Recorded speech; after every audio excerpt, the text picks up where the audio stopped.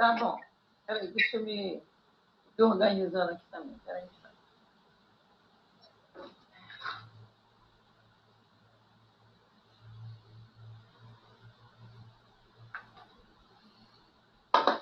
Fonte Viva, qual é a página? Que nem eu sei.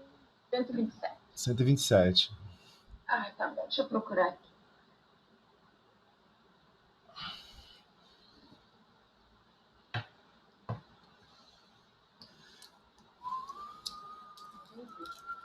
Então vamos lá.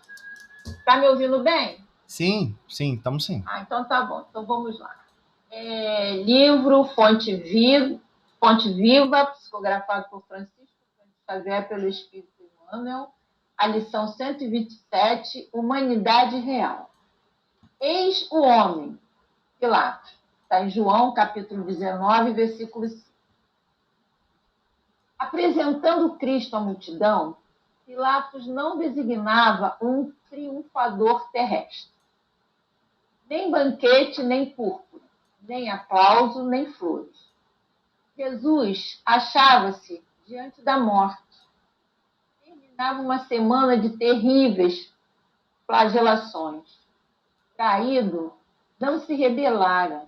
Preso, exercera a paciência. Humilhado, não se entregou a revides. Esquecido, não se confiou à revolta. Escarnecido, desculpara. Açoitado, olvidou a ofensa. Injustiçado, não se defendeu. Sentenciado ao martírio, soube perdoar. Crucificado, voltaria à convivência dos mesmos discípulos e beneficiários que o haviam abandonado para soerguer-lhes a esperança. Mas, exibindo-o diante do povo, Pilatos não afirma: eis o condenado, eis a vítima. Diz simplesmente: eis o homem. Aparentemente vencido, o mestre surgia em plena grandeza espiritual, revelando o mais alto padrão de dignidade humana. Rememorando, pois, semelhante passagem, recordemos que somente nas linhas morais do Cristo é que atingiremos a humanidade real. Olha, Tozélia, esse é só para você comentar mesmo. Que isso? Só Cristo mesmo. Só Cristo. Não. Realmente, para a gente chegar nesse ponto aí, que olha que ele sofreu.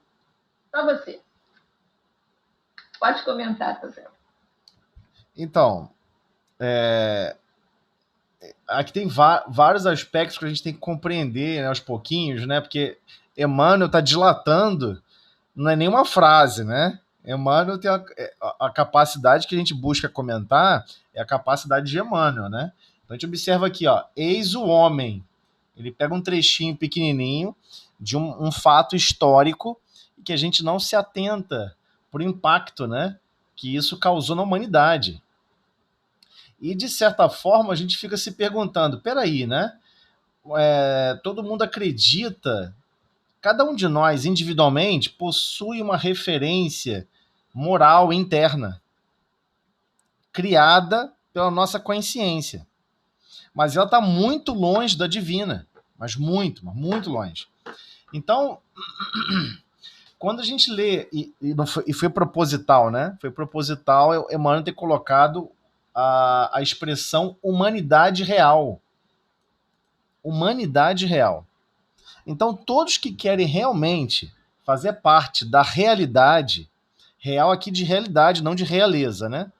Não é de realeza, é humanidade real de realidade. Então, como todo mundo fala assim, eu faço parte da humanidade terrestre. Não, a gente ainda não faz. É isso que a página está falando. Nem sequer o próprio Pôncio, nem sequer Pilatos, na posição que ele estava, e aí a gente tem que voltar um pouco na história e compreender a posição de Pilatos, mas antes de voltar nisso e comentar rapidamente, eu queria destacar só esse aspecto.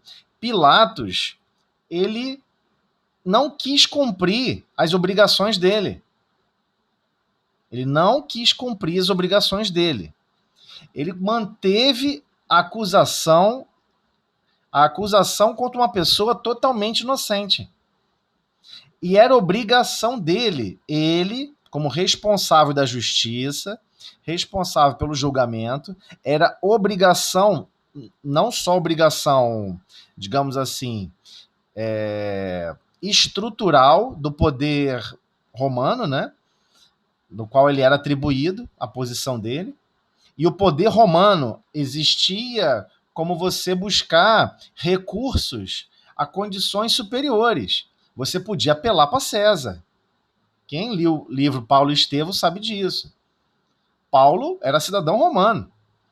Várias vezes que Paulo foi preso, ele falou: você não pode me prender, você não pode me açoitar, você não pode fazer nada comigo porque eu sou um cidadão romano. Então, mesmo naquela época que na barbárie era algo totalmente alucinado, a sociedade era muito distorcida, certos grupamentos buscavam ter um mínimo de organização. Então, nem sequer na organização mais básica, na moral mais básica, mais mínima da mínima possível, nem sequer nesse momento, Pilatos quis exercer o que era o certo. O que era o certo. Por que Jesus tinha que se defender?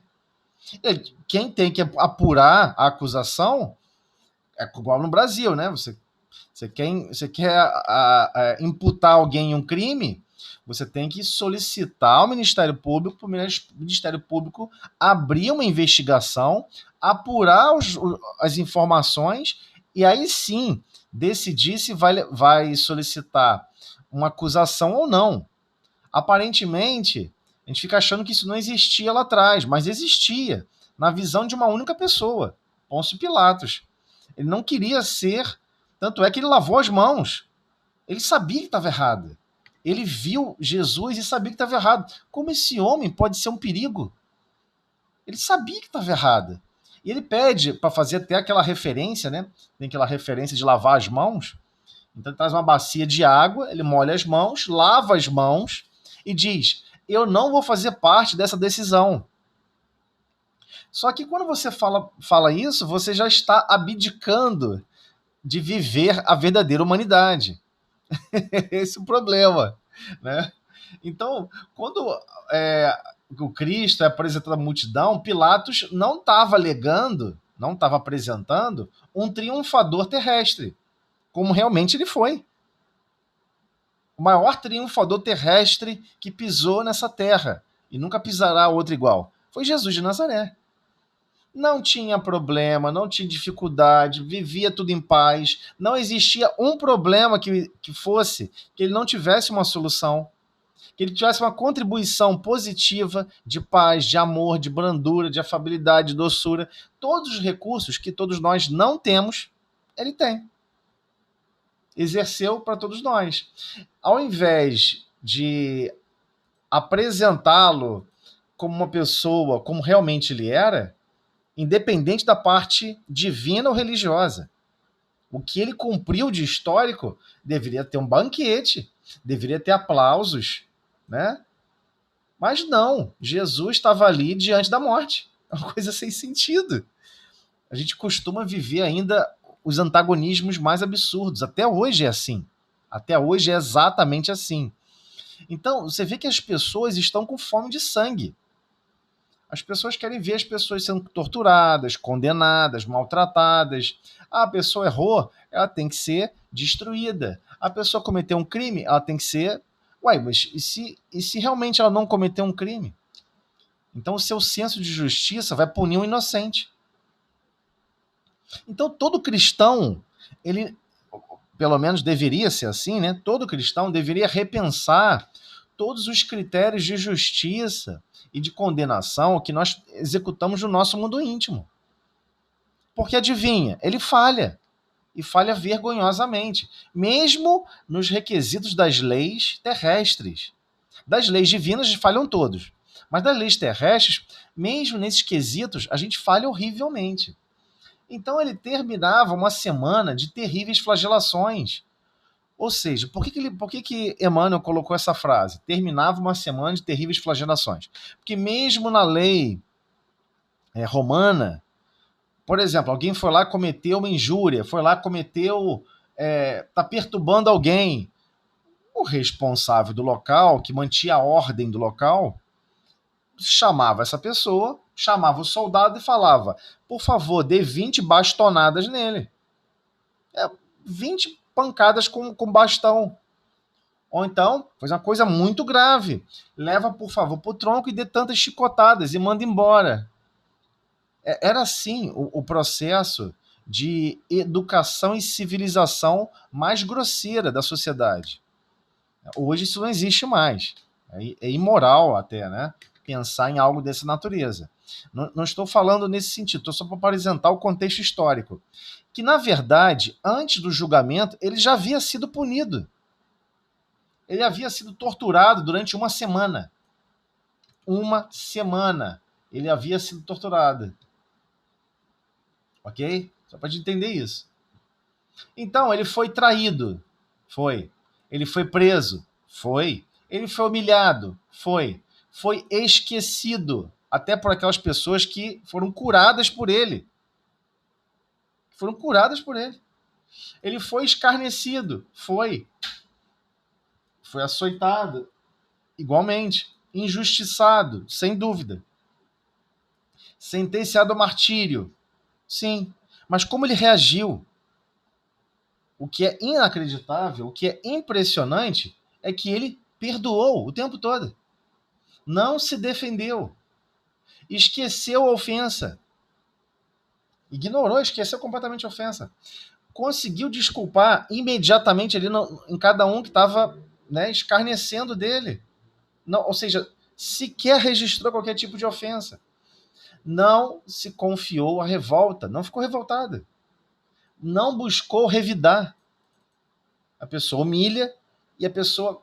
que a natureza humana ainda é assim, né? A natureza humana não. A natureza desse nível moral que habitamos. Do nível moral que estamos vivendo hoje, que transpiramos, que respiramos, alguém nos humilha, a gente quer revidar. Como? Humilhando a pessoa também. Para provar que a outra também tem erro. Para provar que a outra pessoa também cai. Para provar que a outra pessoa também tem problemas. Só que fazer isso é errado. E o Cristo provou isso como? Não fazendo. Não façam. Então ele não se entregou a revides. Né? Exercer a paciência ao máximo, mesmo na prisão, totalmente paciente. Não se rebelara. Foi traído e não se rebelou. A questão toda, o Cristo sabia disso tudo antes de vir à Terra. Antes de vir à Terra. Inclusive, durante os últimos momentos com os discípulos, Jesus detalhou isso para eles, para poder os discípulos não ficarem desesperados, não caírem em grande desespero. Ele sabia da fragilidade moral que todos nós vivemos. Ele sabia que a fragilidade era muito grande. Quando observasse isso tudo acontecendo, a maioria ia debandar, a maioria ia se revoltar, a maioria, enfim, iria reagir como todos nós reagimos, muito mal. Então, não tem sentido, parece que é uma pessoa realmente de outro planeta, e é, e é de outro planeta, porque ele não reage, o mundo íntimo dele não reage igual ao nosso, é um outro contexto. Então, crucificado, voltaria à convivência dos mesmos discípulos, isso aqui é impressionante, voltaria à convivência dos mesmos discípulos, os mesmos que abandonaram ele, aquele que o traiu. Não fique imaginando que quando Judas cometeu suicídio, o Cristo estava na cruz ainda, em suplício.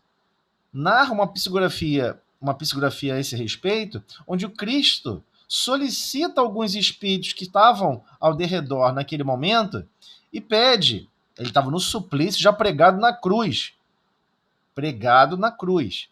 E ele pega mentalmente, pede. Eu estou sentindo que Judas está para cometer suicídio. Você poderia ir lá ajudá-lo, por favor? É impressionante. A gente não está vivendo a realidade. A verdadeira humanidade e a verdadeira realidade a gente não está vivendo. É isso que a página vem falar. Então, ele volta à convivência dos mesmos discípulos, beneficiários que o haviam abandonado. Sim, o haviam abandonado. Né? Para o quê? Soerguer-lhes de esperança. E ele mostrou, não existe morte. Somos espíritos imortais. A vida prossegue. Não foi um caso especial, particular da minha parte. A vida prossegue exuberante e bela. Não se preocupem. Quando estamos no corpo físico, é uma estação de trabalho, de desenvolvimento, de descobrimento, de evolução, de aprendizado. Mas exibindo-o diante do povo, Pilatos não afirma: eis o condenado, eis a vítima, que seria o certo. Pela estrutura normativa das leis, o qual Pilatos estava subordinado, ele deveria ter feito isso. Então, nem esse aspecto de humanidade terrestre mais básico ele quis cumprir. É isso que a página está falando. Todas as vezes que alguém, que temos uma atribuição, ele fala assim, ó, sua atribuição é limpar o chão. Aí naquele dia você não quis limpar, você não limpou o chão. Ué, mas qual o problema? Não, qual o problema é que naquele dia você não quis fazer parte da estrutura de convivência, da ação e reação, do contexto de vida, exercendo a sua contribuição. Você não quis viver com todos. Você não viveu com todos. Pôncio Pilatos, nesse dia, não quis viver a legislação de Roma. Então o que ele estava fazendo ali? Absolutamente nada. Absolutamente nada. Ele não estava cumprindo o que era obrigação dele. Qual era o certo ele falar? Ele falar, ó, eis o condenado, eis a vítima. Porque é um condenado injustamente. Ele deveria ter apresentado isso para o povo. Né? Como é que você bota para o povo julgar, escolher entre Barrabás e Jesus, se no mínimo você não é verdadeiro? Você deveria pelo menos exercer a verdade. Já que você não quer exercer as suas funções, quer subjugar as suas funções para terceiros, você quer abdicar de estar no convívio e viver a vida, a verdadeira humanidade, eu não quero fazer parte disso. Ele lavou as mãos? O que ele está querendo dizer com isso? Ele deveria, no mínimo, Emmanuel, né, no caso, está querendo dizer com isso, ele deveria, no mínimo, ter apresentado a verdade para aqueles que iam escolher entre Jesus e Barrabás. Eis o condenado, eis a vítima. Ele deveria ter falado isso. Mas ele diz simplesmente, eis o homem. Ele chega e abdica de exercer a função dele. Ah, não vou exercer minha função, não. Vai que dá ruim para mim. Eu só quero me dar bem o tempo todo. E assim vivemos até hoje. Todos nós somos um pouquinho de Pôncio Pilatos. Em tudo na vida. Se você está num casamento e você não quer exercer as funções num casamento, nas relações de convivência, você está lavando as mãos. Se você tem filhos e não quer amá-los e só quer suportá-los e sustentá-los financeiramente e mais nada, você não quer empurrar essas almas para frente, você não quer transformá-los, não quer auxiliá-los, você está lavando as mãos, igual a Pôncio Pilatos. E você não está vivendo a verdadeira humanidade. Você não quer viver a verdadeira humanidade. É isso que a página quer dizer. A página é grave. A página, na verdade, é uma bufetada em todos os nossos rostos. Pá! Cambada de Pôncio Pilatos. Pá! Acorda! Porque é assim que nós vivemos. Ah, eu vou para o trabalho. Aí a pessoa tem uma função no trabalho. Fazer X, Y e Z. Aí chega um dia, ela não quer fazer nem X, nem Y, nem Z. Porque ela sabe que ela vai receber o salário no fim do mês, mesmo sem receber, mesmo sem fazer X, Y, Z. Enrola, né? Fica enrolando. Um dia, se o chefe pegar, vai te demitir. Mas se ele não te pegar, você continua sem fazer. Só que a maioria não compreendeu que para Deus você está causando uma apropriação indébita. Você está absorvendo recursos financeiros como se estivesse cometendo um crime. Porque você está recebendo sem trabalhar. A gente não entendeu isso ainda. Nós estamos fazendo igualmente a Pôncio Pilatos no trabalho. Estou lavando as mãos, não vou viver essa relação e eu quero só me dar bem nas consequências naturais de tudo que acontecer à minha volta. É esse que é o ponto grave dessa página. Gravíssimo para todos nós. Então, aparentemente vencido, o mestre surgia em plena grandeza espiritual. Em plena grandeza espiritual. Revelando o mais alto padrão de quê? De dignidade humana. Aí aqui que essa frase toda é difícil de entender. Como assim? Se eu estivesse no lugar dele, eu não ia reagir que nem o Cristo, só para nível de Cristo mesmo? Não é isso. Ele está falando o seguinte: se você quer viver a verdadeira humanidade, eu quero viver com a humanidade. E eu quero colaborar e exercer o melhor que existe do meu mundo íntimo com a humanidade. Então, quando a humanidade, alguns componentes dessa humanidade te maltratam, e você sabe que você tem que preservar a sua dignidade humana, ou seja, os seus valores humanos, o seu padrão humano, qual é o seu padrão? Se você perguntar para uma pessoa, né? Qual é o seu padrão humano de dignidade? Eu não quero matar nunca ninguém, eu não quero maltratar ninguém, e eu não busco nada disso. Não busco produzir violência, não busco. Mas em qualquer circunstância você não busca? Você está preparado para ser testado em níveis elevados? Você não briga com ninguém. Você tem certeza que você não briga com ninguém? Então, se alguém, de repente, derrubou aquele prato que você ama no chão, quebrou, você não vai ficar zangado com a pessoa e não vai brigar? Alguém foi, sujou, sei lá, o chão, ou a pia, ou o pano de prato.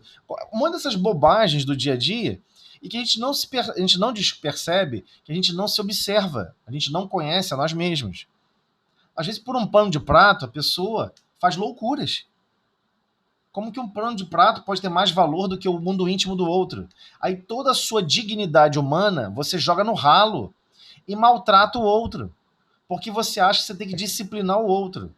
No mínimo, você tem que mostrar que o outro está errado. E você acha que você tem que se rebelar. Você acha que você tem que rasgar e destruir o mínimo de dignidade que existe no seu mundo íntimo. Assim somos nós ainda. Ainda somos assim. Por isso que o planeta se chama provas e expiações, planeta Terra. Porque temos que ser provados. Temos que ser testados. E quem deu o exemplo máximo desse teste foi o Cristo. Ele sofreu tudo isso. Sofreu tudo que podia ser espizinhado, maltratado, judiado. E o que ele fez? Absolutamente nada contra ninguém. Continuou amando toda essa humanidade.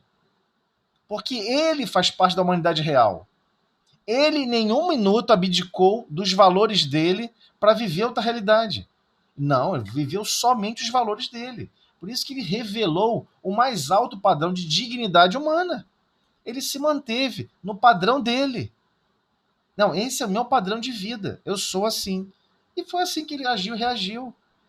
Então, para a gente é um susto, porque nós, no fundo, não acreditamos no Cristo ainda. Eu sei que o que eu vou falar aqui é meio duro, meio pesado, mas é uma reunião de estudo, né? A ideia é a gente pensar mais profundamente. No fundo, a gente não aceita os exemplos do Cristo. Não aceita. Quando a gente fala assim, isso aqui é somente nível de Cristo. Não é porque a gente está abdicando de tentar. Não é porque a gente está abdicando, né, a gente está até mesmo mostrando que estamos distantes. Né? É uma frase que demonstra, eu quero destacar que eu estou distante desse nível do Cristo. Muito justo, muito nobre. Só que existe um outro problema nesse contexto dessa frase. Qual é o seu padrão mínimo de dignidade humana, que todos nós temos, né? Todos nós temos um padrão mínimo de dignidade humana. E que você relaxa esse padrão, ou você lava as mãos, ou você joga ele fora em certas situações, em certos contextos, e age de forma contrária à sua dignidade humana. É esse que é o problema. O Cristo provou que é possível sim, mesmo na condição extrema, não abdicar da sua própria dignidade. Ele não começou, ele não deixou de se defender. Mas ele deixou de se defender porque ninguém ia acreditar nele. Não foi por isso. Porque ele não dariam vida a ele. Não, também não foi por isso. Foi por um princípio interno dele. Eu não estou fazendo nada errado. Por que eu tenho que ficar me defendendo? Estou me acusando de algo que eu não fiz. Eu sou inocente. O pior para mim seria o quê? Se eu tivesse cometido o crime. Foi assim também com Sócrates. Sócrates queria apresentar para a população que não tinha como viver aquela realidade psicótica que todo mundo estava vivendo. Porque a maioria das pessoas que estudam Sócrates, né, não entendem o período que aquela Atenas ali estava vivendo. O padrão ateniense de governança, como é que era? Como é que funcionava? Existia uma oligarquia que estava no poder e que decidia como tudo ia funcionar. O que era certo, o que era errado. Aí você falava assim, mas eu acho que isso aqui é 3. Não, o grupo decidiu que é 2. Se você for continuar assistindo que é 3, eles te assassinavam. Então, ele vem e apresenta, olha, essa forma como vocês estão escolhendo agir, reagir, está errado. Essa forma como vocês estão querendo doutrinar a cabeça das pessoas e dizer o que é certo e errado, está errado. E é engraçado, porque é estranho até, né? Se você voltar a estudar essa história, essa parte histórica desse filósofo, né? Você fica assim, porque é um ministro do Cristo, né? Via a Terra. É um dos ministros do Cristo. Você toma um susto, porque é basicamente a mesma coisa que está acontecendo hoje. Né? Rede social, o padrão de governança de certas filosofias materialistas, o padrão de certas filosofias socialistas. Se você não falar, não agir e não executar a vida exatamente como estão dizendo para você fazer, você é cancelado, você é maltratado, você, dependendo do nível, você pode ser até assassinado. O mundo não mudou tanto do ponto de vista moral. Estamos muito atrasados ainda. Então, em vários momentos, vamos observar pessoas que são mais pacíficas, mas na rede social tá raivoso, tá maltratando, tá batendo em todo mundo. Ele tá abandonando a dignidade humana, para fazer o quê? Para, sei lá, jogar azedume no que tá mais azedo. É esse o drama que a gente vive hoje. E faz parte do nosso mundo íntimo. Então essa frase aqui, ela não está tratando explicitamente só do Cristo.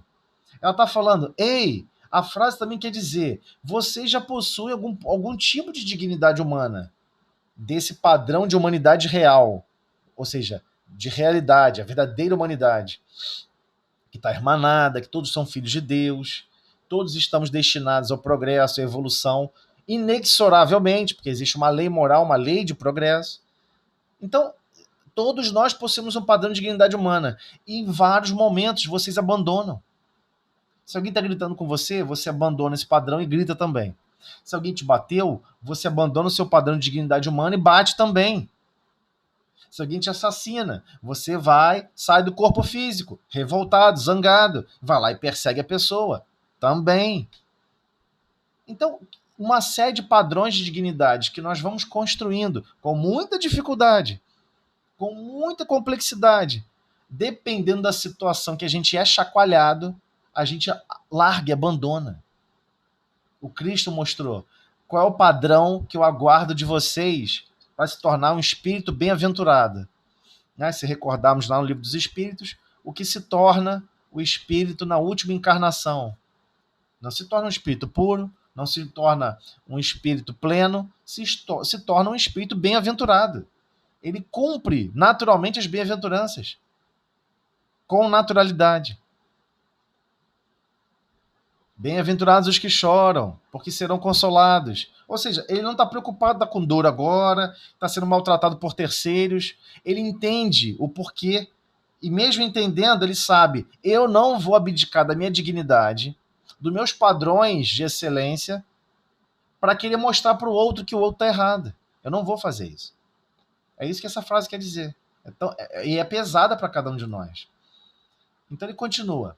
Rememorando, pois, semelhante passagem, recordemos que somente nas linhas morais do Cristo é que atingiremos a humanidade real. Somente, aí aqui ele é categórico, somente nas linhas morais do Cristo é que atingiremos a humanidade real. Ou seja, ainda não vivemos, é comum você achar em livro de história, livro de geografia, a humanidade, isso aqui é lá, a humanidade, mas essa humanidade, ela é fragmentada, ela é toda rachada, cheia de fronteiras, cheia de divisas, cheia de separações, às vezes com divisas dentro do próprio lar. brigas esoméricas dentro do próprio lar. A gente não está vivendo a verdadeira, ou seja, a real humanidade. A real humanidade, um está preocupado com o outro. Um quer cuidar do mundo íntimo do outro. Um quer arremessar o outro, ou, enfim, a todos que estão à sua volta, para uma condição melhor. Financeiramente? Não. Uma condição melhor do ponto de vista de padrão moral, de vida, de aprendizado e, acima de tudo, de um padrão do Cristo. Compreendeu as máximas do Cristo. Compreender que temos que aprender a fazer o bem. Compreender que temos que aprender a perdoar. Compreender que temos que desenvolver a capacidade de compreensão com relação às imperfeições alheias. Esse é o básico, chamado de caridade. Benevolência para com todos, indulgência, ou seja, compreensão, tolerância para com as imperfeições alheias e perdão das ofensas. Essas 3 ferramentas, usando sistematicamente, você está desenvolvendo o amor. Inicialmente você vai fazer maquinalmente, mas depois você vai começar a fazer sentindo verdadeiramente a vontade de fazer por amor. Então, quando você vai observar, você começa a integrar e correlacionar a humanidade real. Porque a humanidade real não é simplesmente você estar situado no mesmo espaço físico. Isso não é humanidade. Isso é vizinhança. Humanidade real é quando estamos todos irmanados, preocupados uns com os outros e querendo realmente desenvolver o destino uns dos outros. Você aprende uma coisa nova e você não quer guardar só para você. Nossa, eu aprendi isso aqui de uma maneira mais fácil. Você quer que todos saibam. Nossa, eu desenvolvi essa nova técnica de fazer essa costura. Você não quer que fique só para você, você quer que todos tenham acesso a isso. Então é uma mudança radical quando a gente fala de humanidade real. Porque a humanidade real é justamente a forma de conviver e de viver do Cristo, uns para com os outros, para sempre. Estando no corpo físico, estando fora do corpo físico. É complicado, né?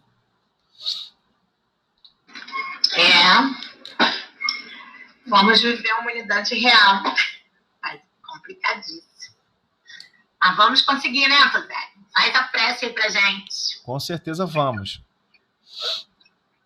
Senhor Jesus, Mestre de infinita amor e misericórdia, agradecemos, Senhor, a possibilidade de estarmos aqui reunidos em Seu nome, estudando os Teus ensinamentos. Em especial pedimos, Senhor, por todos os lares aqui representados, por todas as consciências aqui buscando os Seus ensinos, os Seus exemplos, a Sua chamada para nos transformarmos, para buscarmos realmente sermos mais fraternos, a viver a verdadeira fraternidade, que é o laço que une toda a humanidade, encarnada e desencarnada. Dá-nos força, Senhor, para que possamos sempre buscar, com boa vontade e coragem, o aprendizado dos Teus ensinos morais. Com essa prece, Senhor, pedimos permissão para continuarmos com o estudo da noite. Muito obrigada, Jesus. Então vamos, né, gente? Não temos que desanimar. Não temos que desanimar. Vamos viver sempre tentando acertar, né, José? Exato. Né? Sempre tem, como diz aquele livro da Veneranda, né? Tem um livro da Veneranda que é muito bonito. Tecnicamente é um livro infantil. É O Caminho Oculto, onde tinha um menininho que queria sempre encontrar Jesus, queria encontrar Jesus. Eu não vou contar o livro todo aqui agora, né? Mas a ideia é, no final, tudo que ele fazia de errado durante o dia, ele ficou todo entristecido, porque depois Jesus veio falar com ele. Ué, eu procurei você quando seu pai te pediu ajuda, quando sua mãe te pediu ajuda, quando tinha um passarinho morrendo que pediu ajuda. Eu que estava pedindo ajuda para você. Aí ele, mas eu não sabia, Senhor, e agora? Aí ele fala, te espero amanhã. O final do livro, a Veneranda realmente é impressionante. Te espero amanhã. Eu não conheço esse livro, não. O Caminho Oculto. Ele é magnífico. 20 e poucas páginas só, pequenininho. Ele é lindo demais. Eu já ouvi falar desse livro. Tem até um videozinho já no YouTube dele. Fizeram uma animaçãozinha. Pô, mas é Veneranda. Vocês sabem quem é Veneranda, né? Esse espírito Veneranda. Ela é fundadora da cidade do nosso lar. Ela tem 1 milhão de bônus horas de trabalho servindo ao próximo. Faz as contas aí. Quanto é que dá 1 milhão de bônus horas? Nossa. É muito trabalho no bem. É mais de século. Esse é o ponto impressionante, né? Ela está mais de século exercendo ali a tarefa. Então vamos lá. Nós estamos falando de obsessão. Paramos na fascinação. Isso. Não, na obsessão simples falando. Fascinação, Então estamos na obsessão e desobsessão, onde o objetivo geral aqui é possibilitar o entendimento do que é a obsessão da desobsessão sob a ótica espírita, né? Então, realmente, já estamos no roteiro 1, aí vocês me corrigem se eu estiver errado. Nós fechamos o conceito de obsessão, avançamos para causas da obsessão. Aí, agora estamos no item 3, né, graus da obsessão, nós paramos aqui, né? A fascinação, tá correto? Correto. Então tá, então. Deixa eu botar aqui um pouquinho maior. Quem tiver no celular poder acompanhar de lado. Botando o celular de lado, vai ver um pouco maior a tela. Podemos seguir, então? Podemos, né? Podemos. Então vamos lá. A fascinação tem consequências muito mais graves. Então, inicialmente, ele estava falando da obsessão simples. Por isso que está falando de muito mais graves de alguma coisa depois. E o que só para a gente relembrar, para a gente ter a ideia do contraste. Desculpe se eu estiver sendo repetitivo, mas vale a pena aqui o contraste. O que é obsessão simples? Os sinais comuns que nós observamos da obsessão simples.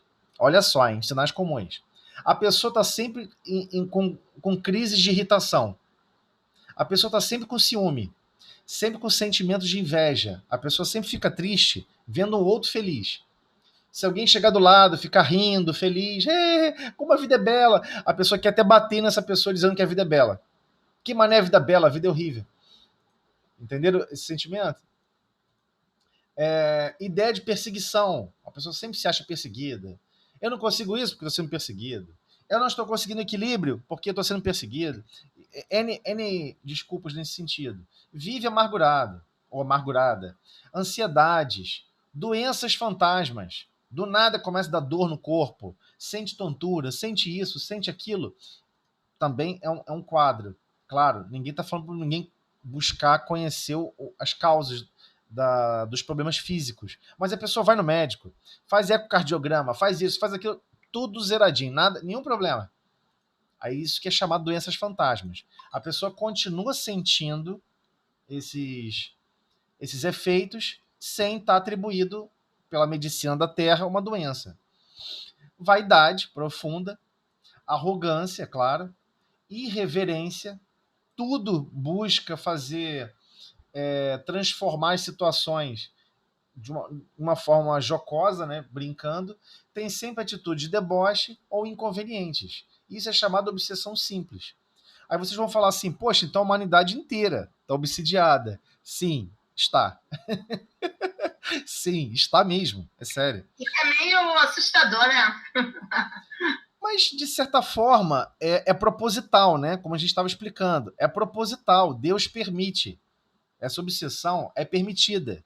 Se a sua frequência vibratória, né? Estou dizendo, de cada um de nós, né? A nossa frequência vibratória, o que a gente está pensando, está um pouco esquisito e a gente não percebe, a espiritualidade superior e o projeto divino permite que espíritos com o mesmo grau de psicose, com o mesmo grau de loucura, com o mesmo grau de doença do coração, né? Doença do sentimento, possa habitar com você o seu pensamento e fazer o seu pensamento ficar 12, 20x, 20 vezes mais potente. Aí surge a irritação, aí surge o ciúme, aí surge a inveja, aí explode, né? E expande essas formas de pensamento. Para você perceber. É como, tipo, vai exagerar propositalmente para você perceber. Nossa, isso não pode ser equilíbrio. Nossa, eu não posso estar bem assim. Nossa, eu tenho que buscar equilíbrio. É nesse sentido a obsessão simples. E ela aumentou de uns tempos para cá, né? E ela vai continuar aumentando. Isso aqui vai piorar. Isso aqui vai piorar. Propositalmente. Para a gente se reconhecer, se descobrir. Ok? Ou seja, tem um objetivo justo e nobre. Divino até. Então, já entendemos um pouquinho da obsessão simples. Agora vamos para o contraste, que é a fascinação, ok? Fascinação, a coisa mais grave. Ele vai falar, a fascinação tem consequências... a fascinação tem consequências muito mais graves. E ele foi enfático. Muito mais graves. Então não é um pouco, não. A fascinação, ok? Aí ele vai explicar. Então já percebemos que vamos para outro nível de problema, um nível mais complexo. Então, prosseguindo, vamos lá. É uma ilusão produzida pela ação direta do espírito sobre o pensamento do médium. Então, o que é isso? É uma ilusão produzida pela ação direta do espírito. Ele cria uma ilusão dentro da cabeça da pessoa, uma ideia fixa. E a pessoa aceita. E que, de certa forma, de certa maneira, lhe paralisa o raciocínio. Não, como é que a pessoa não percebe? Paralisa o raciocínio, ela não consegue pensar a esse respeito. Relativamente às comunicações. Então ele está dizendo agora especificamente sobre comunicações mediúnicas, ok? Nós aqui no comentário estamos expandindo, que não se trata só de comunicação.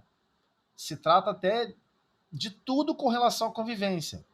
Então a fascinação ela não ocorre somente com relação às comunicações mediúnicas na mesa espírita, na mesa, na comunicação em reunião mediúnica. Ou seja, mesmo em atividade com objetivos do Cristo para com Cristo. Planejado, cerceado e, é claro, suportada a tarefa pelo Cristo. O médium não está isento de fascinação. Ok? Não, aqui o ambiente é protegido, estamos com Cristo, fechamento. Não, não tem isso. Não tem isso. Isso é uma ilusão. Ok? Então, o médium fascinado não acredita que o estejam enganando. Por exemplo, chega um espírito que cria uma ideia doida. Eu estou falando de casos espíritas, eu não estou falando que eu vi isso, mas enfim, outros espíritas assistiram isso e comentaram. Por exemplo, tem um orador muito famoso no Brasil, juiz, inclusive, né? Ele visitou uma casa espírita e nessa casa espírita, no quintal, a pessoa recebeu ele de braços abertos, né? Aí foi por vários cômodos, foi para cá, foi para lá. Chegou nos fundos, no quintal, aí tinha um monte de gaiola. Tipo gaiola de passarinho, aquelas maiores, né? De passarinho. E ele, como advogado, como juiz, né? Ficou até com medo. Falei, meu Deus do céu, o cara tá vendendo passarinho aqui, cara. O cara sabe que isso é proibido, isso é um crime, né? Porque se você leva alguém da justiça, né? Igual um policial, né? Você não pode, se você tentar praticar um crime na frente de um policial e o policial não defender e parar o crime, quem está cometendo um crime é o policial, de prevaricação, né? Ele está prevaricando. Ele está deixando de usar as atribuições deles obrigatórias. Ou seja, até mesmo na justiça da terra já existe o conceito de prevaricação. Prevaricar eu tenho a função de cumprir isso e eu não cumpro, eu estou prevaricando. Então ele ficou ali naquela situação difícil, né? Caramba, o cara cheio de gaiola aí, meu Deus do céu, e agora? Tá arriscado, eu tenho que dar parte desse cara aqui, meu Deus. Aí ele pega e fala, não, sabe o que acontece? A gente estava na mesa mediúnica e a gente estava falando com o mentor da casa. E o mentor da casa falou pra gente comprar essas gaiolas para colocar os espíritos que estão em tratamento. Não tinha uma gaiola. Tinha dezenas, que ele falou. Dezenas. Cara, como é que um único espírito consegue enganar a todos? E o mais fascinado era o responsável da casa. Ele ficou com aquela ideia doida e comprou, e tinha um orgulho de mostrar. Aí poxa, esse visitante, né, esse juiz visitante, Vocês devem saber de que eu tô falando. Ele pega e fala, poxa, mas tem porta aberta ali. Tem alguns que estão com grade aberta, outros estão com grade fechada. Por quê? Não, porque o Espírito falou pra gente que era para abrir aquelas grades, porque alguns já haviam cumprido a pena que tinham que cumprir. E o outro estava com a grade fechada que estava cumprindo pena ainda. Meu Deus do céu, cara. É o básico do básico sobre espiritismo. Que maluquice é essa de prisão? A única prisão que existe no Galileia ou qualquer outro centro espírita é a prisão do amor. As pessoas são colocadas em berçários, são amadas, são tratadas com amor e carinho. Não existe prisão. Não existe. Ah, mas o espírito chegou falando que estava se sentindo acorrentado, que estava se sentindo com cordas, porque é a única coisa que ele respeita. Utiliza-se a matéria da memória dele espiritual, com o fluido universal constituinte do seu perispírito, para produzir aquele efeito visual e físico no perispírito dele, associado às ideias de violência, de raiva, de destruição. Então, você quer ver alguém parar de se debater? Você bota as correntes grandões na pessoa, a pessoa para na hora. Ela sabe que ela nunca vai arrebentar uma corrente, porque está no psiquismo dela. Ela já tem certeza que não vai produzir isso. Se você faz isso com um espírito muito sofisticado, que é um grande conhecedor de manipulações fluídicas, a primeira coisa que ele vai catar é procurar uma fonte de fluidos para associar com o dele, para desconstruir aquela construção fluídica do que aparenta ser uma corrente.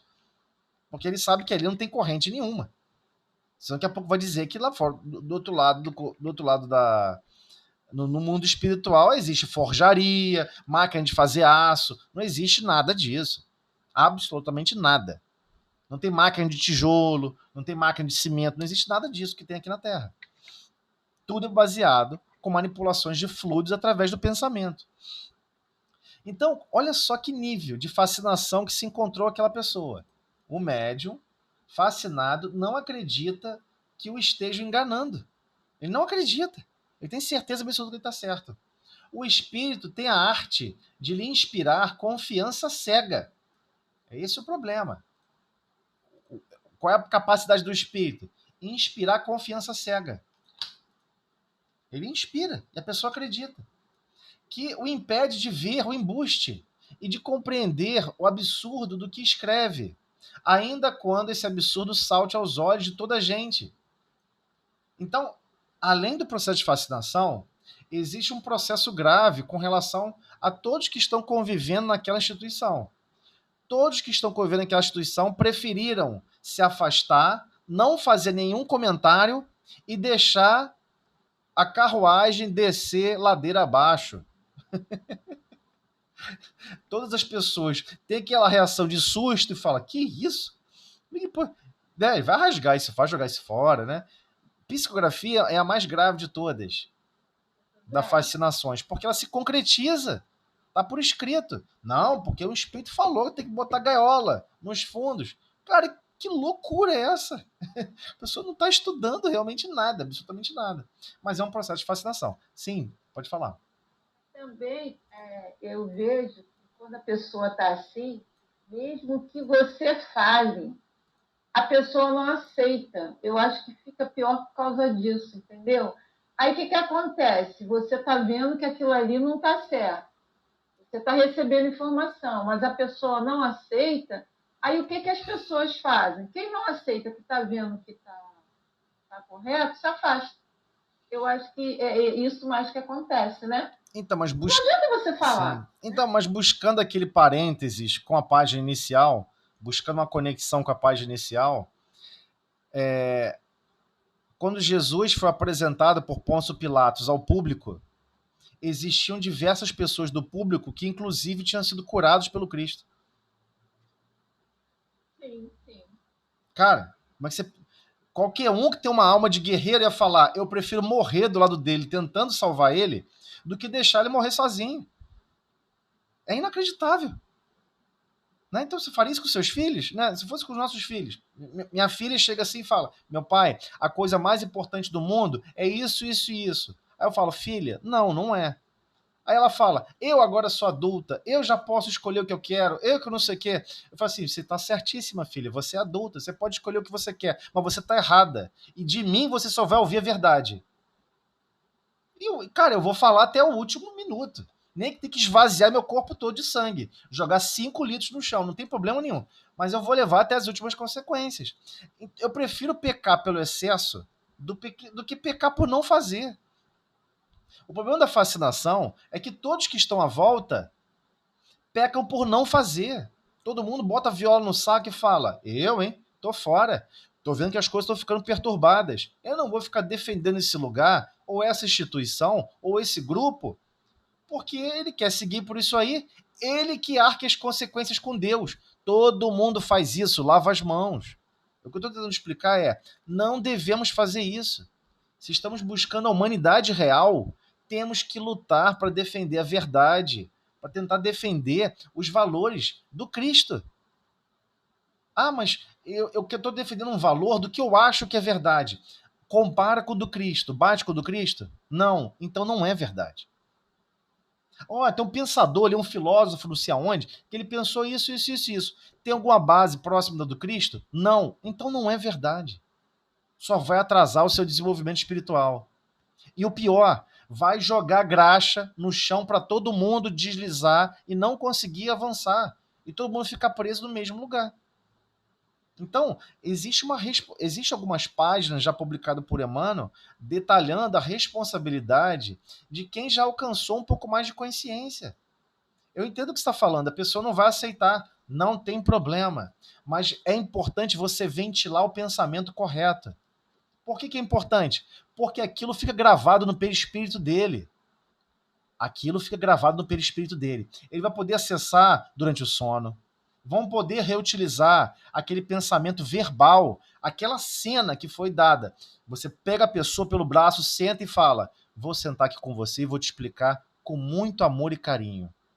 Eu me preocupo com você e eu vou explicar. Aí você fala tudo. A pessoa, eu não quero saber de você. Não tem problema, mas eu já gravei o que eu queria na sua mente. Vai ficar para sempre grudado em você. Fora do corpo físico, eu vou te perseguir também, não tem problema. Eu vou te agarrar do outro lado também e eu vou fazer você lembrar essa cena de agora. E a pessoa vai lembrar, cara. E a pessoa vai lembrar. Mas existe algum lugar, alguma corda para a pessoa sair do buraco.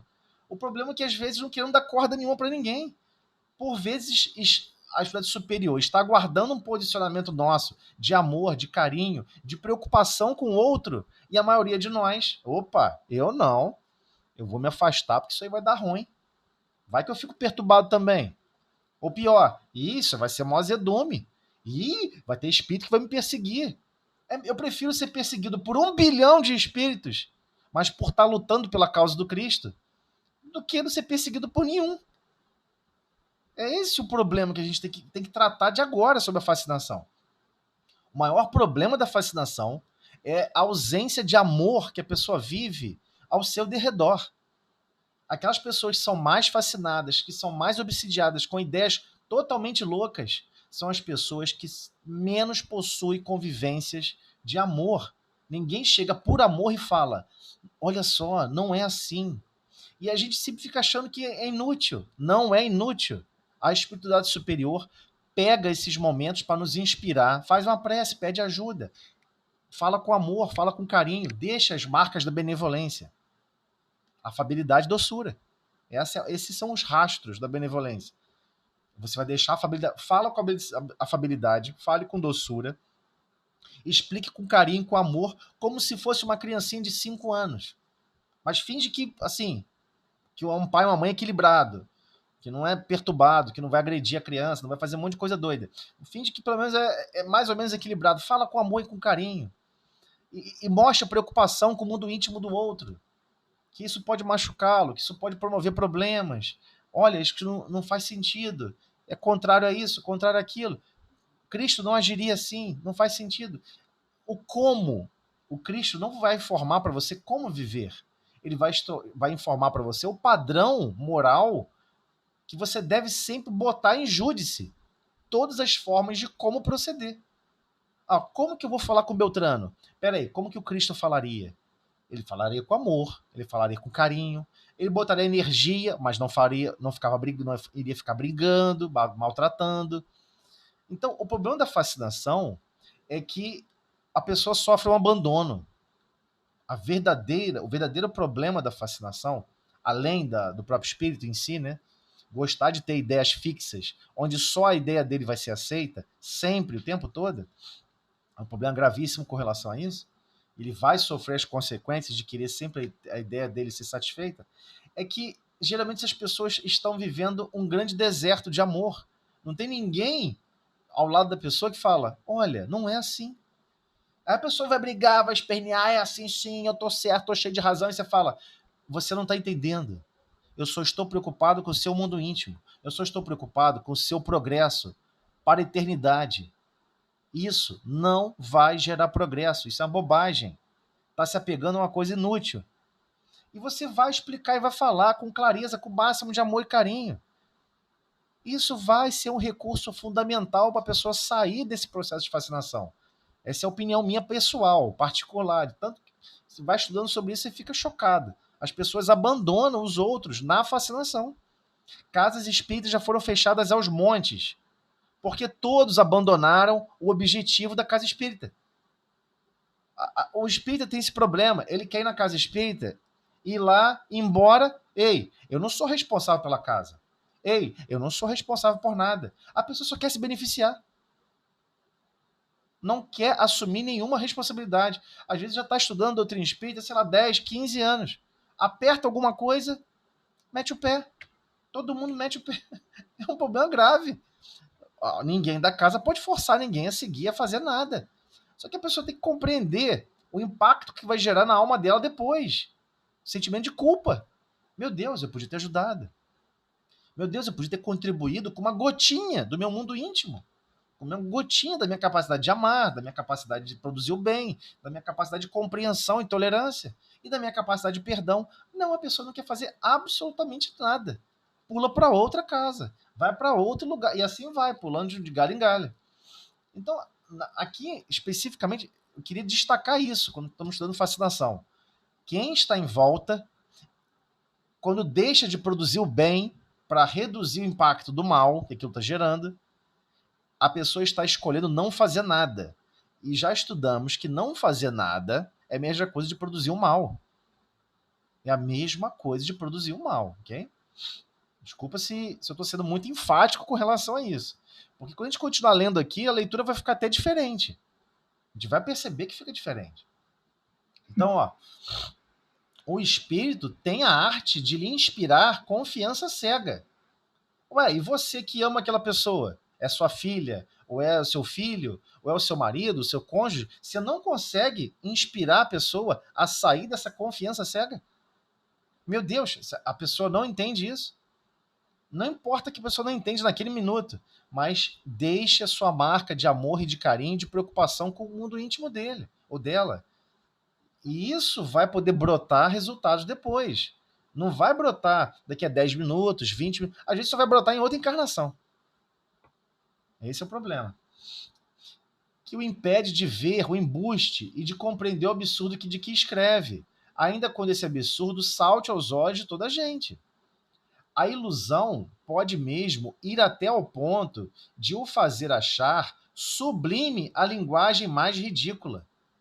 A pessoa está lendo, é uma linguagem, né? Pode até mesmo que, ao ponto de fazer com que a linguagem que está escrita no papel é uma coisa pueril, banal, a pessoa acha que é sublime. A pessoa está apaixonada por ela mesma, porque ela acha que ela produziu aquilo. Ela foi copartícipe daquela criação. Nossa, que maravilha. Então, não sei se vocês percebem, mas nós temos uma tendência, quase que psicopata, de sempre defender nossas escolhas. Vocês já se pegaram fazendo isso? Por exemplo, você escolheu um sapato. Aí o sapato descolou a sola. Aí o sapato rachou a lateral. Aí, ou seja, você não vai falar que a escolha foi ruim. Você começa a falar por que você escolheu. Já percebeu? Que psicologicamente a gente começa falando por que escolheu. É verdade. Ah, eu escolhi esse sapato. Porque ele era bonito. Porque ele é isso. Aí você pergunta assim, mas fulano, eu não estou pedindo para você defender por que você escolheu. Você não precisa de defesa. Foi você escolheu, não tem problema nenhum. Ele acabou não sendo uma boa experiência. Qual o problema? Você troca. Tira esse tênis, bota outro. Não foi uma boa experiência. Não foi, e certamente não foi uma boa escolha. Mas a própria pessoa admitir que não faz boas escolhas, ela não pode falar isso. Ela não pode admitir que escolhe falar de forma equivocada, que escolhe reagir de forma sem amor, sem carinho, sem compreensão, sem tolerância. Não quer admitir isso. Mas isso assim em tudo. Desde comprar uma mochila, uma bolsa, um sapato, até conviver com outras pessoas. Somos assim. Aí você fala uma palavra, ficou torta, a pessoa se ofendeu, aí você quer explicar por que você falou a palavra torta. Você não quer pedir desculpa. A pessoa entra naquela maluquice de continuar chicoteando o outro. Não, sabe por que eu falei isso? Porque fulano, né? Pô, você também não é mole não, né? Você também fez isso, né? Porque você também fez aquilo. Aí você pensa, poxa, eu achei que a pessoa fosse pedir desculpa, mas a pessoa quer me chicotear mesmo. E somos assim, a gente não percebe. Por isso que a parte mais complexa, e que Kardec pergunta a esses espíritos no Livro dos Espíritos, como é possível o espírito aqui encarnado buscar uma forma de guiar, melhorar e marchar conscientemente para a evolução? E os espíritos respondem, um filósofo há muitos séculos atrás já deu a dica, né? Conhece-te a ti mesmo. Porque tudo que a gente está vivendo é para a gente poder se descobrir. E, é claro, exercer o bem, produzir o bem, aprender a produzir o bem, aprender a produzir o amor. A escola que nós vivemos, eu não gosto quando as pessoas falam, o planeta Terra é um planeta de provas e expiações. Eu não acho que seja a maior lição que a gente aprende aqui, sejam só as provas. A maior dificuldade é a gente aprender a amar. Mas é uma grande escola. O sol está o tempo todo nos servindo. Os oceanos, os mares, a natureza, tudo sempre funcionando em harmonia e perfeição. E nós? Estamos funcionando em harmonia e perfeição? Estamos interligados na criação divina em harmonia e perfeição? Não, não estamos. Então estamos sempre sendo convidados somente por contraste. Ninguém está nos acusando. Somente por contraste. Olha, aquela situação você não amou. Aquela situação você não compreendeu. Olha a consequência que gera. O nosso subconsciente vai gritar isso pra gente. Olha, ama mais, perdoa mais, seja mais carinhoso ao falar, ao agir. Né? Então, continuando. Opa, desculpa aqui. Continuando. Fora erro acreditar que a este gênero de obsessão só estão sujeitas as pessoas simples, ignorantes e baldas de senso. Todo mundo acreditava nisso um tempo atrás.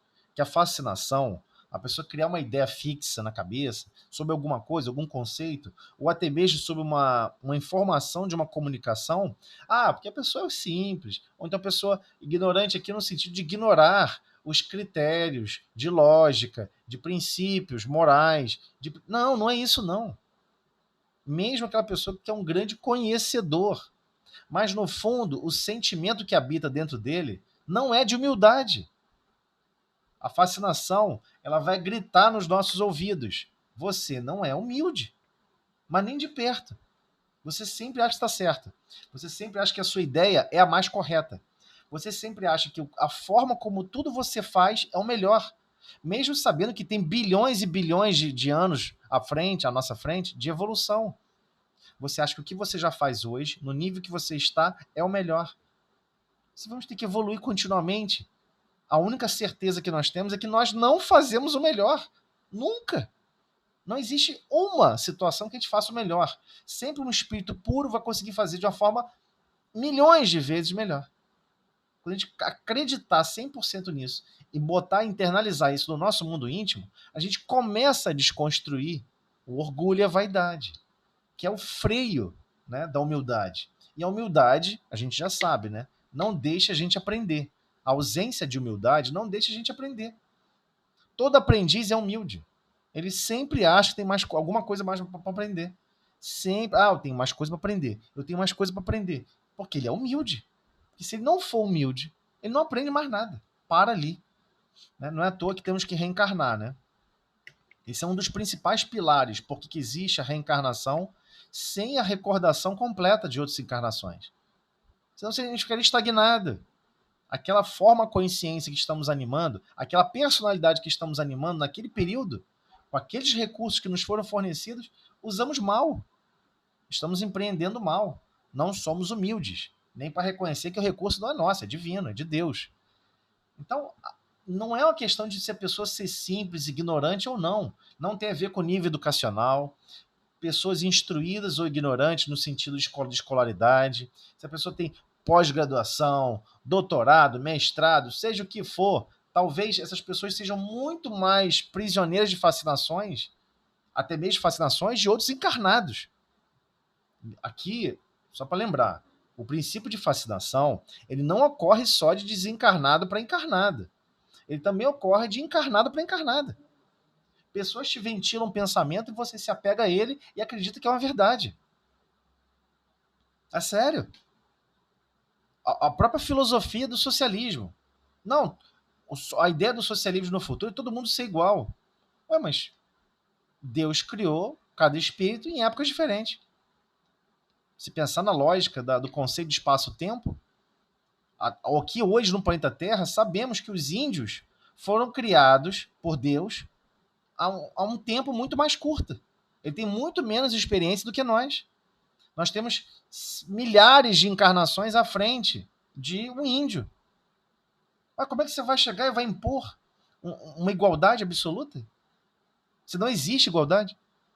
Então, o espírito é o único que não tem como defender o socialismo. Não tem como. É insustentável. É um raciocínio insustentável. Todos os espíritos precisam passar por experiências diferentes. E eles foram criados em épocas diferentes. Tem espírito que tem, sei lá, 100 mil encarnações à nossa frente. Tem outros que tem 100 mil atrás. 100 mil atrás. Eu recordo, só fazendo um parênteses, vocês me perdoem, está fazendo muito parênteses nesse texto. Mas vale a pena para a gente abrir nossa mente.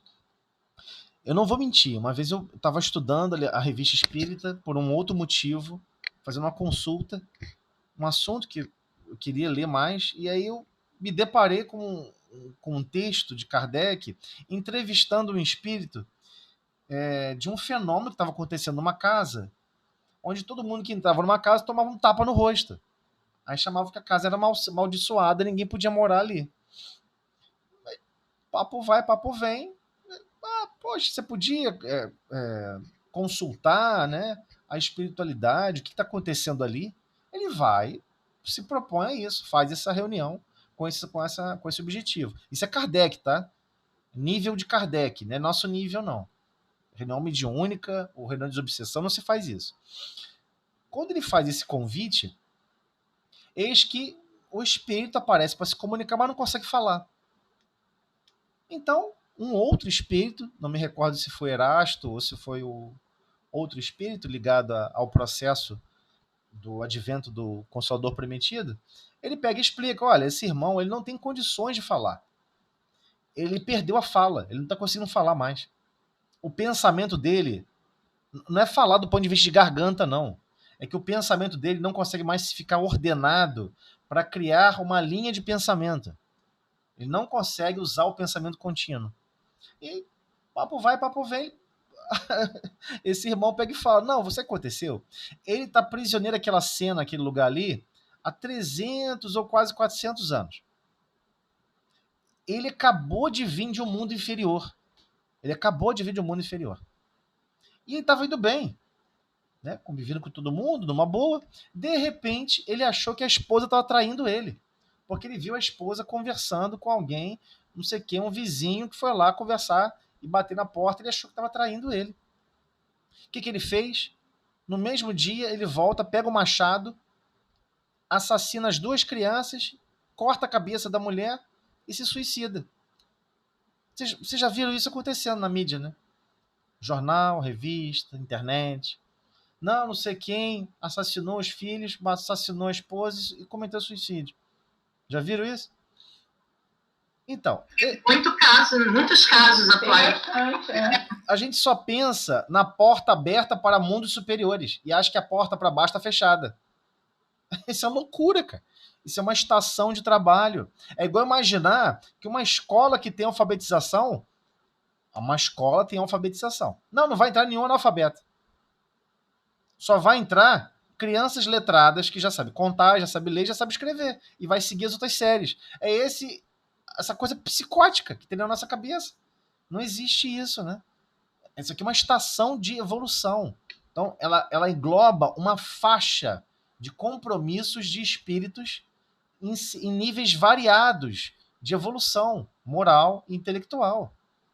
Então, se todos nós estamos marchando por amor e para sabedoria, pode ter certeza, o amor e o nível de sabedoria é completamente diferente um do outro. Existem certos grupos que se afinizam até e buscam, de uma forma conciliatória, avançar um pouco mais, porque eles já são até mais velhos. Estão cansados de sofrer, estão cansados de bater murro, ficar dando murro em ponta de faca. A pessoa vai, dá errado. Reencarna, dá errado. Não sei o que, dá errado. Erra e falha nos mesmos erros. Até que chega um ponto que o próprio espírito, na sua própria consciência, fala: eu não quero mais errar nisso. Eu quero errar numa coisa nova agora. E a pessoa não quer saber mesmo de certas práticas, de certas convivências, de certos... A pessoa não quer. Internamente a pessoa não vai. Não busca certos desequilíbrios, porque a pessoa não quer. Ela já tá cansada. Ela já ficou centenas de encarnações. Às vezes, talvez até milhares de encarnações, cometendo um monte de atitudes e ações equivocadas, né? Então, só para entender que sim, cada espírito possui uma bagagem diferente. Nós não somos iguais. Não existe dois espíritos iguais. Não existe. Nunca vai existir. Dois iguais não existem. Porque senão vamos imaginar que Deus fica criando os espíritos igual a máquina de biscoito. Olha lá, bolacha, isso aqui, biscoito, bolacha. Tem que falar bolacha, biscoito para agradar quem é paulista e quem não é. Né? Porque biscoito para paulista é bolacha e para carioca é biscoito. Não é assim. Ele cria todo mundo simples e ignorante. E Kardec já até explica. As primeiras 1000 encarnações, depois que nós somos criados, tudo que você fez de errado, matou, estuprou, roubou, destruiu, tudo aquilo não entra na conta para avaliar nada, aquele espírito. Ele não tem grau de discernimento. O nível de ignorância é tão básico, mas tão rudimentar, que ele não tem condições de entender nada. Então é desprezado. É igual, por exemplo, uma criancinha pequenininha dentro de casa. A criancinha foi lá, riscou a parede. Aí você foi lá, não pode, meu querido, não pode. Aí foi lá, riscou a parede de novo. Você fala, não pode. Quando ele tiver 14, 15 anos, você chama ele no quarto, ó, tá vendo essa parede aqui suja? Você arrasta o móvel, tá vendo isso aqui tudo riscado? A culpa foi sua, eu vou te punir. Nós que somos maus e ignorantes, não fazemos isso com nossos filhos. Quem dirá Deus? Então, as primeiras 1000 encarnações, nada, absolutamente nada é contabilizado. Porque você não possui liberdade para discernir entre o certo e o errado. Você não tem base fundamental para isso. Não existe. Tá arriscado você pegar e falar, mas todo mundo mata, poxa. Mas todo mundo rouba, qual o problema? Não tem como raciocinar, a pessoa está prisioneira a uma vida de... Ah, mas quantos estão na Terra que estão nas primeiras 1000 encarnações? Eu não sei. Mas que existe um número grande, existe. É um número grande. Não, mas essa pessoa, quando desencarnar, ela vai pagar, ela vai sofrer. Não. Esse é o seu desejo. Esse é o seu desejo, o seu ideal de justiça.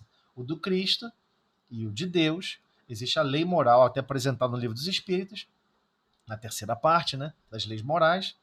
A lei de justiça, amor e caridade. Não existe justiça sem amor e sem caridade. Como também não existe amor sem justiça e caridade. Então é uma tríade e funciona de forma uníssona e única. A gente não consegue entender isso.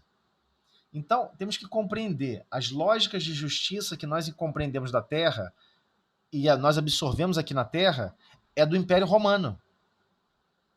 A justiça do chamado judiciário, da estruturação para tentar organizar a sociedade de convivência, a vida de convivência mínima, são regras baseadas na justiça romana.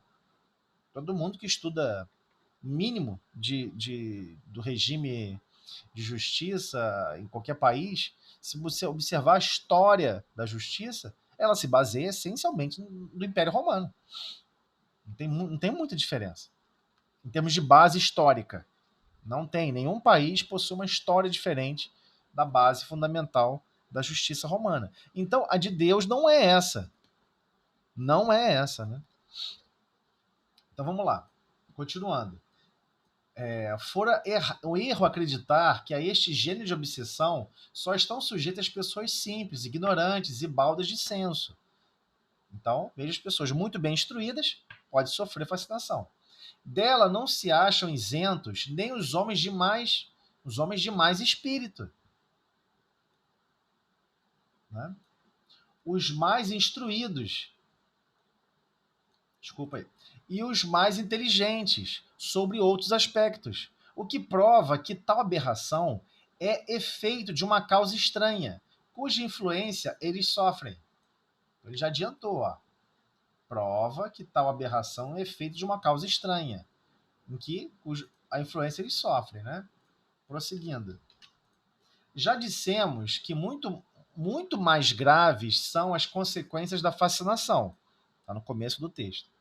Efetivamente, graças à ilusão que dela decorre, o espírito conduz o indivíduo de quem ele chegou a apoderar-se, como faria com um cego, e pode levá-lo a aceitar as doutrinas mais estranhas. Olha, é inacreditável como que isso dominou o campo de formação social, de ciências humanas do Brasil e diversos lugares do mundo.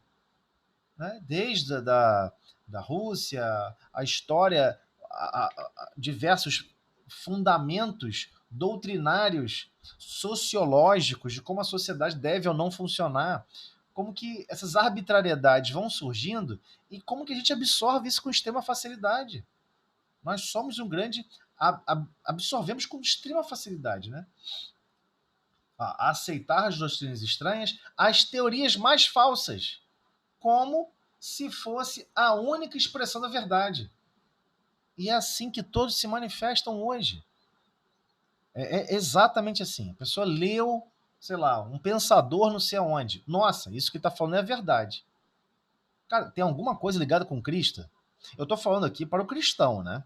O espírita cristão, aquele que é cristão realmente, ele tem a referência. Ele tem a referência. Não, porque olha só, nós temos que entender porque a revolução é que vai mudar tudo. Você entendeu mesmo que Judas queria a revolução? Esse foi o problema de Judas. Judas traiu Cristo. Não sei se a maioria sabe disso, né? Mas Judas, quando traiu Cristo, o que ele queria era uma revolução. O acordo que ele fez lá no Sinédrio foi o seguinte: vocês prendem o Cristo vai ficar separado. Nós vamos emplacar a revolução. Se der alguma coisa, o Cristo vai fazer os milagres dele. Depois, porque o Cristo é muito bonzinho, ele não vai querer fazer a revolução. Porque a ideia era a revolução social. A ideia na cabeça de Judas era promover a revolução social para transformar a Terra num planeta de paz. A pessoa achava que estava certa. Vai acabar o Império Romano com a destruição dele mesmo. Ele vai se autodestruir. E nós vamos promover essa destruição. Não mudou nada em relação aos dias de hoje. Todo mundo que anima as ideias de revolução está convivendo com o cristianismo, está se comportando igual a Judas. Está traindo os próprios pilares dos fundamentos do pensamento cristão. De não violência, de não produzir o mal, de sempre produzir o bem. A pessoa não sabe produzir o bem. Eu vou desencarnar e a pessoa não vai aprender a fazer o bem. Não tem problema. O importante é você apresentar um exemplo de bem, de amor, de brandura, de doçura, de afabilidade. É isso. Então ele continua. Ainda mais pode levá-lo a situações ridículas, comprometedoras e até perigosas. Compreende-se facilmente toda a diferença que existe entre a obsessão simples e a fascinação. Compreende-se também que os espíritos que produzem esses dois efeitos devem diferir de caráter. Na primeira, o espírito que se agarra à pessoa não passa de um importuno, pela sua tenacidade de quem aquela se apacienta por desembaraçar-se, ou seja, a obsessão simples. Na segunda, no caso da fascinação, a coisa é muito diversa. Para chegar a tais fins, desse nível de controle, tá, de pensamento, preciso é que o espírito seja destro. Destro de destreza, não é destro de escrever com a mão direita, não.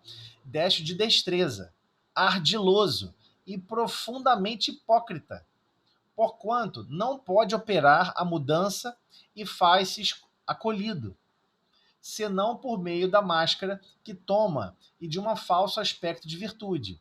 Então, por exemplo, a pessoa não consegue produzir o bem. Então ela quer defender a ideia que todo mundo deve produzir o mal. Igual, por exemplo, eu não consigo atravessar esse rio aqui a nado. Como ninguém consegue, estou falando como que nós somos, por vezes, obsessores, tá? E quando desencarnamos, continuamos pensando do mesmo jeito. Como eu não conseguia e não consegui atravessar o rio a nado, você vai começar a falar para todo mundo que não dá. Você vai tentar desestimular todo mundo a prosseguir. Não tente, eu não consegui. Você não vai conseguir. É perigoso. E é ruim. E você acha que está promovendo uma ação de virtude. Eu estou apresentando a minha experiência. Que eu fracassei nessa experiência, e eu tenho certeza que todos vão fracassar. Mas não tem virtude nenhuma nisso. Você está estimando o pior de todos. Só que a gente não acredita que esse sentimento existe em nós. Existe. Existe e ele é contínuo. Esse que é o problema. Ele é contínuo, ele molda a nossa forma de enxergar a vida. E é assim para tudo, tá? Para aprender um novo idioma, para ter uma atividade de desafio, para isso, para aquilo, qualquer coisa. E é engraçado, desde criança, as crianças são assim.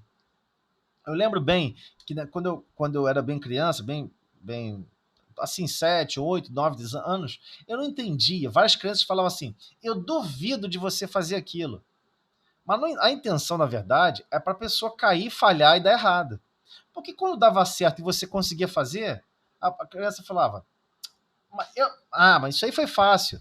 Aí a pessoa muda o discurso. Mas isso aí foi fácil. Duvido de você fazer aquilo outro. Aí tu vai lá e faz. Né? É uma coisa assim. Só que é incrível, porque está impregnado na alma tão profundamente que mesmo no período da infância ele reage. Nós reagimos assim. Só que nós reagimos assim até a velhice. Tem pessoas idosas que vão falar para você: não, você está tentando viver assim, você está buscando a felicidade nesse contexto. Irmão, isso não vai dar certo. Já vi pessoas que estão com problema de relacionamento conjugal, ela vai falar para todo mundo que o casamento é horrível. E ela acha que está sendo virtuosa. Poxa, não é uma atitude de virtude. Eu estou apresentando que eu não quero que a pessoa sofra. A mentira da pleura, né? Ele não está nem aí para a pessoa. Ele não quer que dê certo. Porque aí vai surgir o sentimento de inveja. Ele vai ficar triste porque o outro conseguiu. Então, nós temos que nos descobrir, nos conhecer.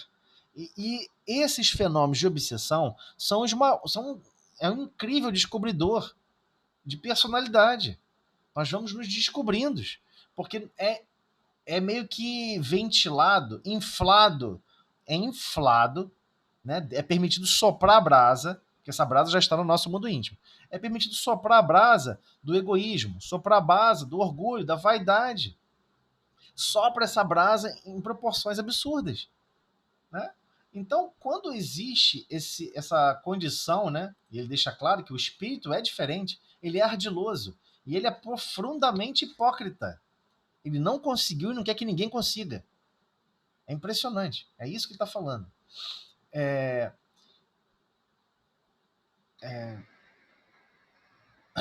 E outra coisa, né, Tosé? A gente descobre muita a subjugação, a obsessão no outro.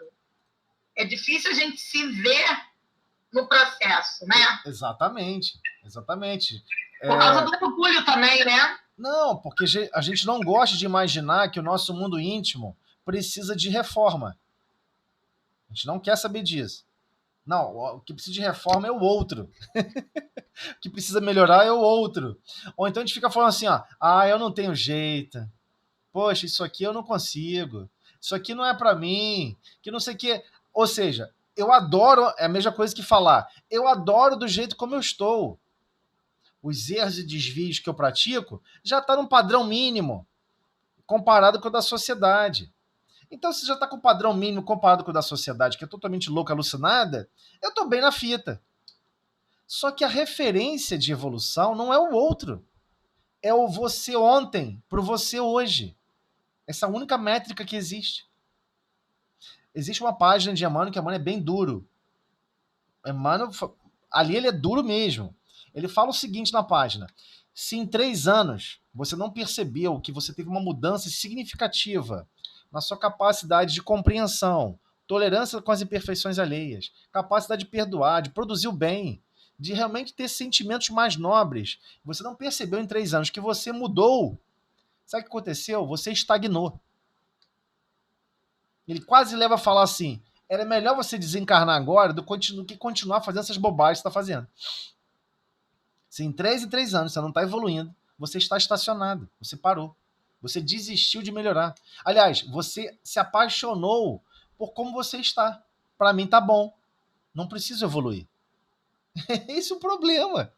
A gente está apaixonado por nós mesmos. Nossa, tá bom assim. Eu não preciso melhorar. Eu tô ótimo assim. É esse o impacto, né? Então, só para destacar aqui, ó, quando ele coloca aqui na segunda é muito diversa, né, o espírito ele tem uma capacidade intelectual e tem uma capacidade de planejamento muito mais sofisticada, tá? Então ele tá já destacando isso aqui pra gente. Mas continuando. Os grandes termos, caridade, humildade, amor de Deus, lhes servem como que de carta de crédito. Porém, através de tudo isso, deixa passar sinais de inferioridade, que só o fascinado é incapaz de perceber. Então, olha só a sacada da pessoa que está manipulando. Ela vai usar no meio da escrita ou no meio da fala palavras de caridade, humildade e amor a Deus. E você pode consultar na internet. Na época da pandemia, então, que teve a pessoa psicografava a mensagem em casa e publicava na internet. Psicografava a mensagem e publicava na internet. Você pega as mensagens, sempre é o mesmo recurso. Fala de amor de Deus, fala de humildade, fala de caridade. Aí o que acontece quando você ouve essas palavras? Existe um efeito psíquico na gente. Nossa, deve ser uma coisa nobre. Nossa, deve ser uma coisa de valor. Mas é só a embalagem da mensagem. A gente não percebe que isso é um laço de fita. Que é só para iludir e enganar. É isso que ele está falando. Lhe serve como que de uma carta de crédito. Você passa a acreditar. Não importa o que você for ler depois. Falou de humildade, amor de Deus. Opa, só pode ser coisa boa. Entendeu? Mesmo que esteja desconectado e sem sentido. E o que ele faz? Só que chega uma hora em que ele vai. A pessoa, o espírito que não tem grandeza moral, que não possui realmente progresso, ele vai deixar passar sinais de inferioridade. Essa é a marca da mensagem. A marca da mensagem é você ler a mensagem toda, principalmente ignorar as palavras bonitinhas e ver qual é o conteúdo da mensagem. O que a mensagem está falando? O que ela está passando para a gente? É isso o importante, né? E deixa claro, né? Que só o fascinado é incapaz de perceber. Então ele acabou de ler, o fascinado não vai perceber.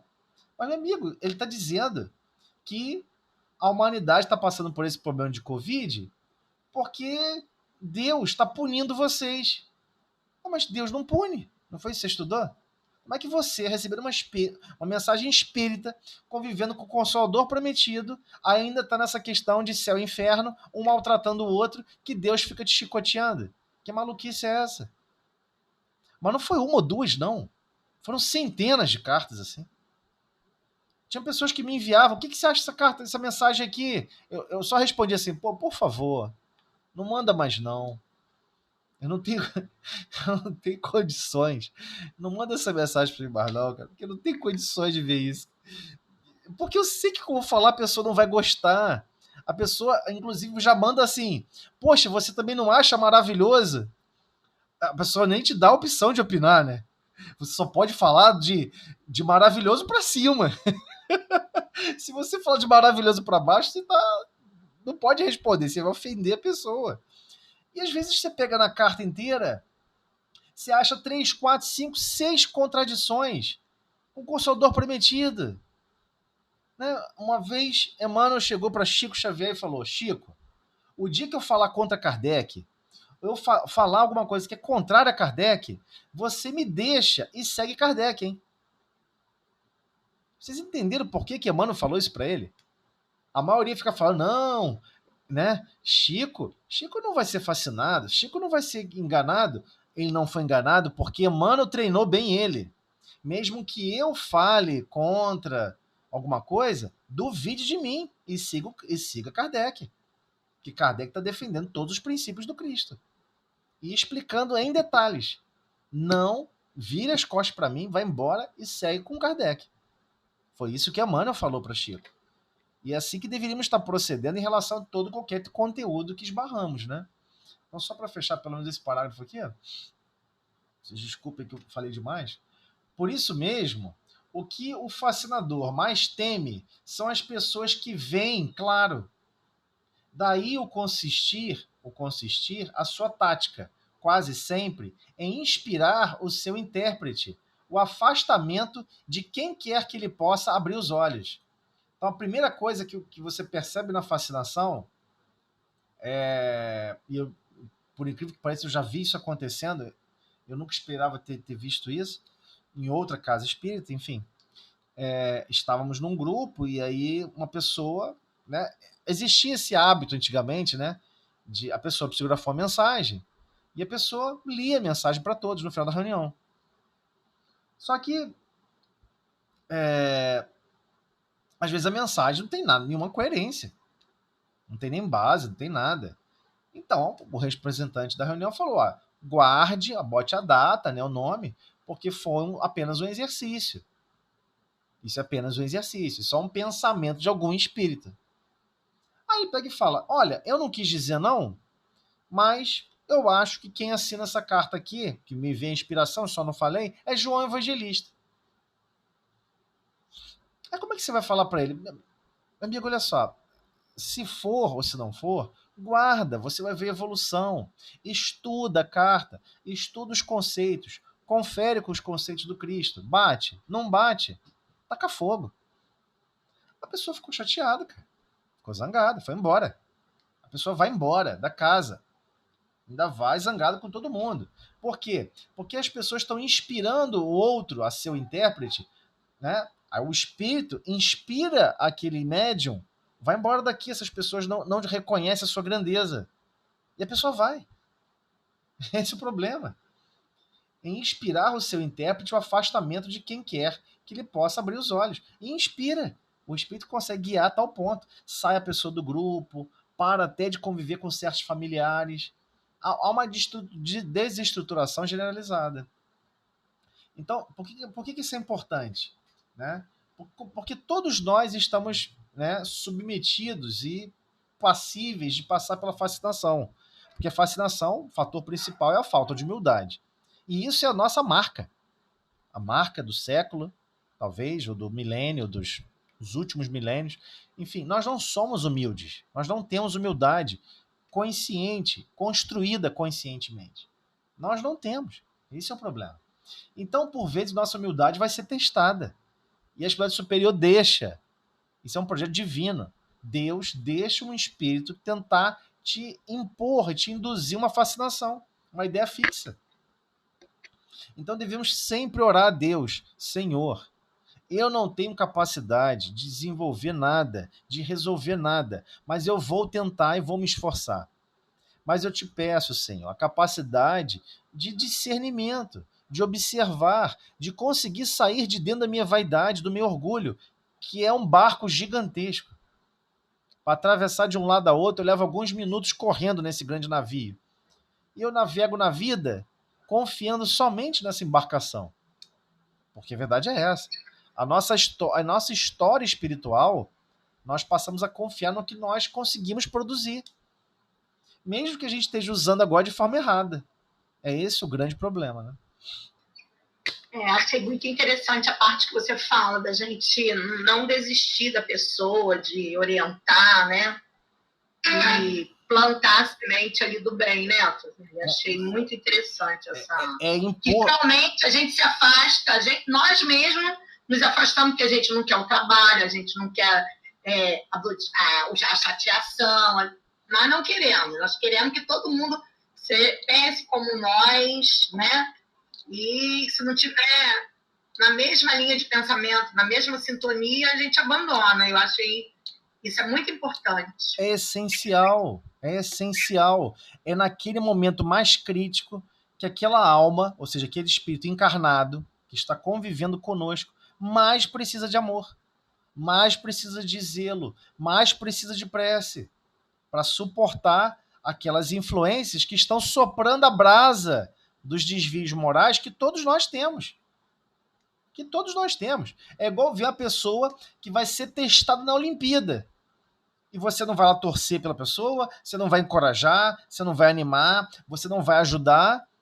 Caramba, ela tá no pior teste do campeonato. É a Olimpíada, ela não pode errar nada ali. E às vezes está errando direto.